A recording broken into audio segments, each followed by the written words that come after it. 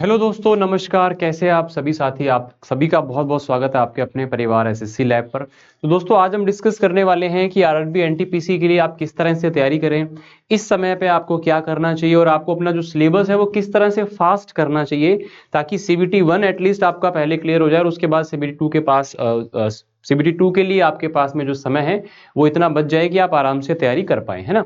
तो देखो, यहाँ पे हम लोग इस वीडियो के अंदर यहाँ पे डिस्कस करने वाले हैं कि आप लोगों का क्या स्ट्रेटेजी रहनी चाहिए, क्या टाइम टेबल होना चाहिए, क्या आप लोगों को सिलेबस पढ़ना है इस टाइम पे, और क्या आप लोगों की टेस्ट सीरीज के लिए स्ट्रेटेजी होनी चाहिए। देखो, मैं हमेशा बोलता हूं कि आप लोगों का जो एग्जाम जिस टाइम पे भी होना है ना, आपको एग्जाम से पहले कोई एक डेट फिक्स कर लेनी है कि हाँ भैया इस टाइम पे एग्जाम होगा। मतलब आपको सबसे पहले वाली डेट ऐसी फिक्स करनी है जो आपको लगता हो कि आइडिया लगा करके कि इस टाइम पे एग्जाम हो सकता है। अगर आपको नहीं पता तो मैं बता देता हूं बच्चा।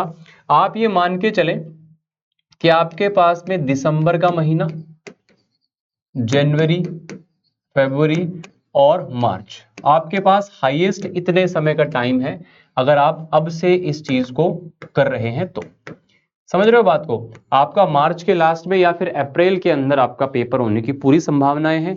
सारी चीजें ठीक चल रही हैं, पेपर पहले ही हो जाता, मैं आपको बता दूं।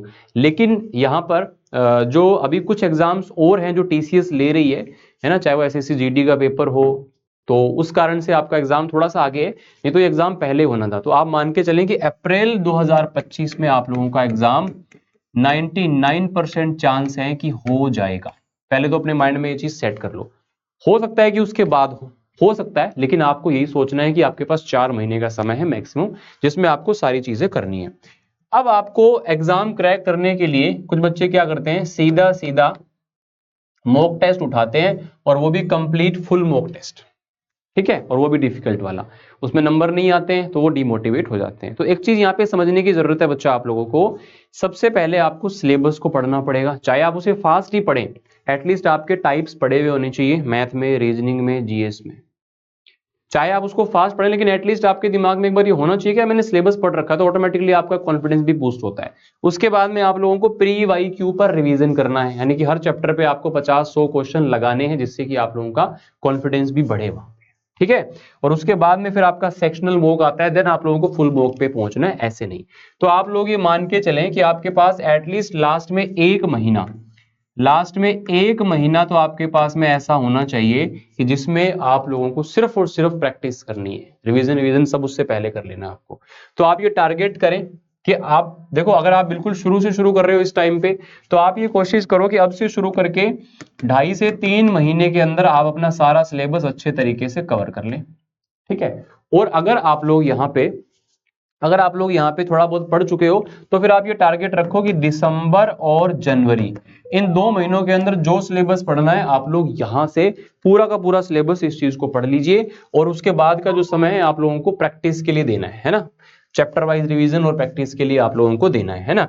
तो आप जहां से भी पढ़ रहे हैं, जैसे भी पढ़ रहे हैं, सबसे पहला जो काम है आप लोगों का वो होना चाहिए कि आप लोगों को अपना सिलेबस कंप्लीट करना चाहिए। अब जैसे मान लो मैं आप लोगों से यहां पर मैथ्स की बात करूं, तो आप लोगों को बहुत डीप लेवल में जानने, ऐसा नहीं हो कि भैया जैसे 20 चैप्टर हैं, है ना, 15 चैप्टर तो हमने बहुत डीप जाके पढ़ लिए बहुत अच्छे तरीके से, और 5 चैप्टर हमने पढ़े ही नहीं। तो इससे बढ़िया है कि आप इतना डीप ना जाएं, थोड़ा कम पढ़ ले, लेकिन 20 के 20 चैप्टर पढ़ें, क्योंकि सवाल हर चैप्टर से आएगा सीबीटी 1 में और सीबीटी 2 में भी। तो वहां लेवल थोड़ा सा बढ़ जाएगा सीबीटी 2 में, इसलिए सीबीटी 1 के अंदर आप लोगों को बहुत ज्यादा डीप घुस के नहीं, एक बार सारी चीजें पढ़ लो, सारे टाइप पढ़ लिए, उसके बाद फिर जब प्रैक्टिस करोगे ना, असली लड़ाई वहां पे आपको पता चलेगी, है ना। अब जैसे मैथ्स के अंदर मैं बात करूं, टोटल देखो आपको पता है कि 30-30 क्वेश्चन जो है आप लोगों को यहाँ पर मैथ रीजनिंग के मिलने वाले हैं, और 40 क्वेश्चन आपको जीएस के मिलने वाले हैं। ये दोनों स्कोरिंग सब्जेक्ट हैं, तो 60 में से कम देखो 50 प्लस तो आपके यहाँ पर टारगेट नहीं आने ही चाहिए। टारगेट तो 60 में से 60 का रखो अगर यूआर कैटेगरी से हो तो, है ना। 50 प्लस तो आप लोगों को यहाँ पर लाने ही पड़ेंगे अगर यूआर से हो। यहाँ पे 40 में से नंबर बहुत ज्यादा नहीं आ पाते हैं, क्योंकि जीएस एक ऐसा सब्जेक्ट है जो कि बहुत वाइड है। तो यहाँ पे आप लोगों को इन दो, या फिर आप जीएस में बहुत ज्यादा अच्छे हो, आपको पता है कि 35 प्लस तो आ ही जाएंगे, ऐसा बहुत कम होता है वैसे। अगर आपको ऐसा लगता है तो आप यहाँ पे 5 नंबर कम भी ले आओगे तो चलेगा, लेकिन आपको भरपाई मैथ रीजनिंग से करनी पड़ेगी, ये बात ध्यान रखना। मैथ्स में मैं आपको बता देता हूँ जो टॉपिक्स आप लोगों को ज्यादा क्वेश्चंस पूछता है, हालांकि ये पूरा सिलेबस नहीं है, तो इन्होंने दिया था साइट पे वो है सिलेबस में। अगर मैं बताऊं कि आधा हिस्सा जहां से आता है, number system, LCM, HCF, simplification, ठीक है। उसके बाद में परसेंटेज, प्रॉफिट लॉस और इंटरेस्ट वाला पोर्शन, मेंसुरेशन वाला पोर्शन और डीआई। आधा पेपर 30 क्वेश्चन आएंगे तो 15 सवाल आपको इन टॉपिक से मिलेंगे, इनको तो अच्छे से रगड़ दो। उसके बाद जो बचा हुआ है उसको थोड़ा सा फास्ट फास्ट पढ़ करके एक बार सारे टाइप पूरे कर लो। ये नहीं कि मैं टाइम स्पीड डिस्टेंस पढ़ रहा हूं तो मैं 6 दिन तक उसी को पढ़े जा रहा हूं, नहीं, आप उसको पढ़िए 2-3 दिन में पूरा करिए, है ना, और उस पर क्वेश्चंस करिए, पीवाईक्यू लगाइए, आगे बढ़िए। सेम चीज आप लोगों को ये रीजनिंग में मिलती है। रीजनिंग में भी आप लोगों को ज्यादा, एक बार टॉपिक पढ़ लिया बस फटाफट तरीके से, उसके बाद में रीजनिंग में जो काम आपको करना है ना, जिससे आपका स्कोर आएगा और आपको कुछ और करने की जरूरत नहीं पड़ेगी, आपको इसके अंदर सेक्शनल टेस्ट देने हैं। क्या हो रहा है, आपको इसके अंदर क्या करना है बच्चा, सेक्शनल टेस्ट देने, समझते हो, यानी कि आपको जो 30 क्वेश्चन मिलेंगे ना, 30, अगर आपके पास पूरा फुल लेंथ मॉक टेस्ट है तो आप उसमें से क्या करो, 30 क्वेश्चन रीजनिंग के दिन में 2 सेट फिक्स कर लो। अगर आपका सिलेबस हो गया तो 2 सेट, नहीं तो 1 सेट तो आप लगाओ डेली का, है ना। सिलेबस देखो पढ़ के आप रीजनिंग में क्या क्या चीजें पढ़ लोगे, सीरीज पढ़ लोगे, मिसिंग नंबर पढ़ लोगे, लेकिन आप जो प्रैक्टिस सेट लगाओगे तो आपको नए नए क्वेश्चन मिलेंगे, जो कि ज्यादा जरूरी होता है रीजनिंग के अंदर। और जीएस की बात करें तो जीएस के अंदर आप लोगों को चीजें आनी चाहिए। यहां पर स्पीड का कोई मैटर नहीं होता, यहाँ पे स्पीड से ज्यादा मतलब नहीं होता। जीएस में क्वेश्चन आता है, अगर आपको 40 सवाल आते हैं तो आप 5, 7, 8, 10 मिनट मैक्सिमम है कर लोगे आप क्वेश्चन, और इतना टाइम आपके पास आराम से होता है। तो यहाँ पे स्पीड का मैटर नहीं है, इसलिए यहाँ पे प्रैक्टिस सेट का मैटर नहीं है, यहाँ पे मैटर है रिवीजन का, है ना, रिवीजन का मैटर है। आपको पता है कि अगर 40 सवाल आएंगे तो आपको 40 में से लगभग अगर आप देखें यहाँ पे बच्चा 10 सवाल आपको स्टैटिक से मिलेंगे। अब स्टैटिक में यार 20 तरह के चैप्टर हैं, आप डेली का एक चुन लो, डेली एक पढ़ाओ, स्टैटिक फिक्स कर लो, उसको पढ़ना ही है। करंट अफेयर्स जो है यहाँ से आपको 4-5 क्वेश्चन मिलेंगे, और ये स्टैटिक, ये 20 लिख दिया क्या मैंने, इसमें 20 नहीं, यहाँ पे 10 क्वेश्चन। तो यहाँ पे स्टैटिक और ये करंट जीके दोनों मिक्स ही तो है, जब आप करंट पढ़ोगे तो उसमें स्टैटिक की चीजें भी आएंगी, तो ये एक बड़ा और महत्वपूर्ण पार्ट हो जाता है। इसके बाद जैसे आपका हिस्ट्री है, ज्योग्राफी है ना, साइंस के पोर्शन है, तो इनको आप एक एक करके निपटाओ। आपने हिस्ट्री उठाई तो आप टारगेट रखो कि 10 दिन के अंदर इसको पूरा करना है। एक बार कहीं से किसी सोर्स से इसको पढ़ लो, चाहे यूट्यूब किसी क्लास से, चाहे कोई पेड आपके पास में है, यूट्यूब पे कुछ भी है ना, उसको आप ऐसी क्लास ढूंढें जहां से आप ज्यादा चीजों को कर पाए अच्छे तरीके से, ठीक है। तो यहां से आपने पढ़ लिया, फिर उस पे पीवाईपी जो क्वेश्चन आए हैं वो लगा लिए, ऐसा ही ज्योग्राफी में किया, ऐसे ही साइंस में किया। तो ये सब चीजें आप करते रहे, फिर इनको पढ़ने के बाद दोबारा फिर रिवीजन मोड पे आ जाएं, फिर आप मिक्स क्विज लगा सकते हो 40-40 क्वेश्चन की। तो ये पूरी की पूरी स्ट्रेटेजी आपकी रहने वाली है। तो जो बच्चा बिगिनर है उसके लिए मैंने बता दिया, उसको मेहनत ज्यादा करनी पड़ेगी, पहले बता रहा हूं। और जो बच्चा थोड़ा बहुत पढ़ चुका है उसको बस फटाफट से बची हुई चीजें निपटा के, और उसके बाद में चैप्टर वाइज रिवीजन, देन उसके बाद सेक्शनल मॉक टेस्ट पे, और फिर फुल लेंथ मॉक टेस्ट पे आप लोगों को आ जाना है। बात समझ रहे हो मेरी, है ना। और इसके बाद में मॉक टेस्ट कब से देने हैं, अच्छा आप मॉक टेस्ट देखो, अगर आपका 50-60% आपने सिलेबस पढ़ रखा है ना, तो आप तब से ही अपने सेक्शनल मॉक टेस्ट देना शुरू कर दो। और जैसे ही आपका 80% सिलेबस हो जाए तो आप फुल लेंथ मॉक टेस्ट देना स्टार्ट कर दीजिएगा, है ना। तब आपको पता चल जाएगा कि आपकी कहां पे कमी है। मॉक टेस्ट से क्या पता चलता है कि आपकी कमी कहां पे, और जब कमी पता चलेगी तभी तो उस कमी को ठीक कर पाएंगे, उस कमी को सुधार पाएंगे हम लोग, है ना। तो ये पूरी की पूरी स्थिति होती है। और आप लोग सेल्फ स्टडी को थोड़ा सा समय ज्यादा दें। सेल्फ स्टडी को मैं देखता हूं बच्चे ना 10-10 घंटे क्लास अटेंड कर रहे होते हैं सिर्फ। तो भाई आप अगर ऐसे ही करते रहोगे मार्च तक तो खुद कब पढ़ोगे। आपका ज्यादा रोल होता है खुद सेल्फ स्टडी का। तो इसलिए जहां से भी जो आप सिलेबस पूरा कर रहे हो ना, तो आपको एक बार पढ़ना पड़ेगा। 6-7 घंटे 8 घंटे आप क्लास लगाते हो, ठीक है, लेकिन जब आपका सिलेबस हो जाता है आधा या पूरा हो गया, तो उसके बाद में ज्यादा टाइम सेल्फ स्टडी पे, ठीक है ना। जितना काम आप खुद से कर सकते हो खुद से ही करें, अगर आपको किसी हेल्प की आवश्यकता नहीं हो तो खुद से ही करें। तो इसलिए सेल्फ स्टडी की जो भी आपकी क्लासेस हैं, 6 क्लास हैं, 7 क्लास है, उसके बाद एक प्रॉपर रूटीन बनाएं कि मेरे को इतने इतने घंटे ये चीज पढ़नी है। और ये जो टाइम टेबल है ना, ये दूसरों को देख के फिक्स मत करना, सबसे बड़ी गलती कर बैठोगे, क्योंकि अपना अपना हिसाब सबका अलग अलग होता है। भाई किसी की मैथ अच्छी है तो मैथ कम पढ़ता होगा, ऐसा थोड़ी कि वो मैथ 2 घंटे पढ़ता है तो मैं भी 2 घंटे, नहीं।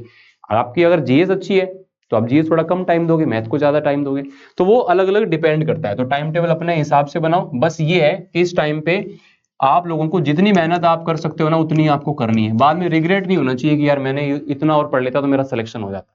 सिलेक्शन हो या ना हो, लेकिन आपको अपना 100% देना है कि हाँ मैंने अपना 100% दे दिया। अब हो ना हो वो बाद की बात है। तो इसके लिए आप लोगों को 6 से 7 घंटे सोने के लिए निकालने हैं। सोना मतलब नींद, स्लीप, है ना।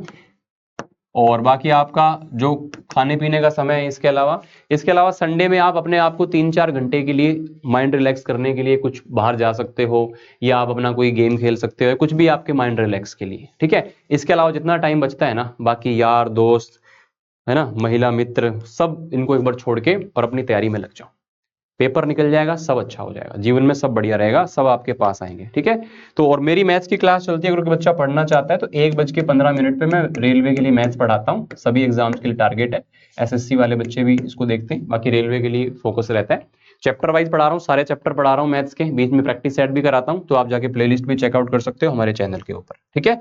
और यहाँ पे मैं आपको बता देता हूँ, ये मेरा टेलीग्राम चैनल है, इसके अंदर आप लोग जुड़ जाइएगा, मेरी क्लास की नोटिफिकेशन और सारी चीजें मैं यहाँ पे अपडेट करता रहता हूँ। अमित सर लैब है, ये आपको लिंक भी मिल जाएगा डिस्क्रिप्शन में, है ना। और इसके अलावा अगर आप मैथ्स के अंदर कमजोर हैं तो ये उन बच्चों के लिए जो मैथ्स के अंदर कमजोर हैं, शून्य, ये रात को 9 बजे क्लास चलती है, 30 मिनट का सेशन है, इसमें मैं कैलकुलेशन बूस्ट करने के और कॉन्सेप्ट को याद रखने के तरीके बताता हूँ, कैसे आप इसको कर पाएंगे। और आप हमारे स्ट्रक्चर्ड कोर्स से जुड़ के तैयारी करना चाहते हो, प्रॉपर एक कोर्स मिल जाए सर, 3-4 महीने में सब कुछ पढ़ भी लूँ, टेस्ट सीरीज भी हो जाए, रिविजन हो जाए, सब कुछ हो जाए, तो इसके लिए आप हमारे स्ट्रक्चर्ड कोर्स में जा सकते हो। इसके लिए आपको lab.live पे जाना है ना। lab.live पे जाओगे तो ये वेबसाइट खुल जाएगी, यहाँ पे आप करोगे ना।